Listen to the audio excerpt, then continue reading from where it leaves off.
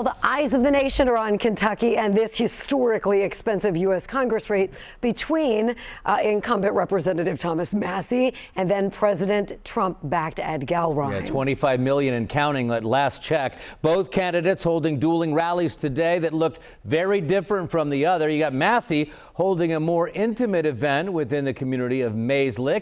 The other side had the defense secretary traveling in from D.C., speaking alongside Ed Gallrein, and we had a team of reporters covering the high-stakes race. First, we begin with WLWT News 5's Danielle Dindak down in Massie, Kentucky for Massie's second stop of the day. Congressman Massie fighting for his seat in Washington by going back to his roots, visiting places like this mill behind me, talking to the community and using cattle metaphors. He spoke for about an hour, taking questions from the crowd after he spoke to everyone that came one-on-one. At the exact same time today, Congressman's opponent, Ed Gallrein, hosted his own event near CVG. It was much different, with the defense secretary taking part. Representative Massie laughing about that decision, calling it crazy. Also today, President Trump, who backs Gallrein, took to social media again, calling Massie the worst congressman in the history of the Republican Party. The congressman calling all of these moves part of a desperate campaign. Here's what he had to say about tomorrow's outcome. Whatever happens is going to be God's will. If I win, there's hope. There's hope because somebody can be transparent, go to Washington, D.C., vote for their principles, put principles and their people over the party, and win an election. If I lose, I don't know what the message is, and I haven't really thought about that because I feel like we're going to win. He went on to say that he knew that this race would be tough, but what made it this close was the money. Massie is making his last campaign stop right now in Lewis County.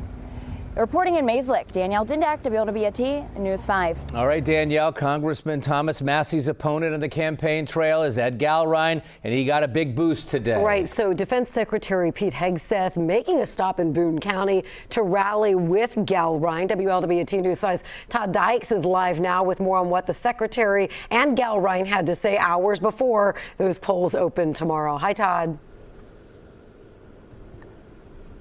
Hi, Sheree and Mike. Yeah, you know what's been a bruising and hugely expensive battle to see who will spend the next 2 years representing voters in northern Kentucky really is coming down to the wire. Polls show the race between incumbent Thomas Massie and his Republican challenger Ed Gallrein may end up being neck and neck. That is one reason that Defense Secretary Pete Hegseth stopped by this hotel near CVG to show his support for Gallrein, a farmer who served as a Navy SEAL and who's also been endorsed by President Trump.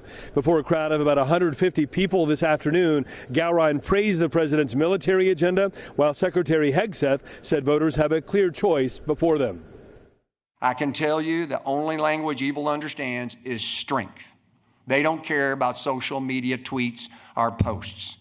That is why President Trump's vision for the strongest military in the world is not a campaign slogan. It's a matter of our nation's survival. Kentucky has a choice in this race. You can send a warrior, reinforcements for the president in our shared fight against the radical left, or you can send an obstructionist. In my mind, it's an easy choice. You can send a Navy SEAL determined to fight for President Trump's agenda and with his full endorsement to help save this country.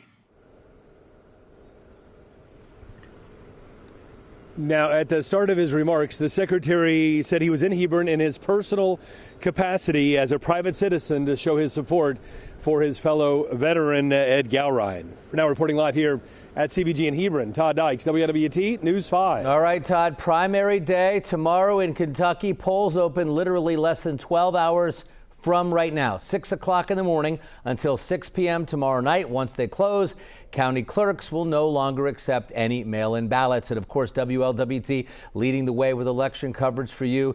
First of all, you can scan that QR code on your screen if you want for a full election guide. Then tune in to WLWT tomorrow night for live updates throughout the evening as state officials call those very big races.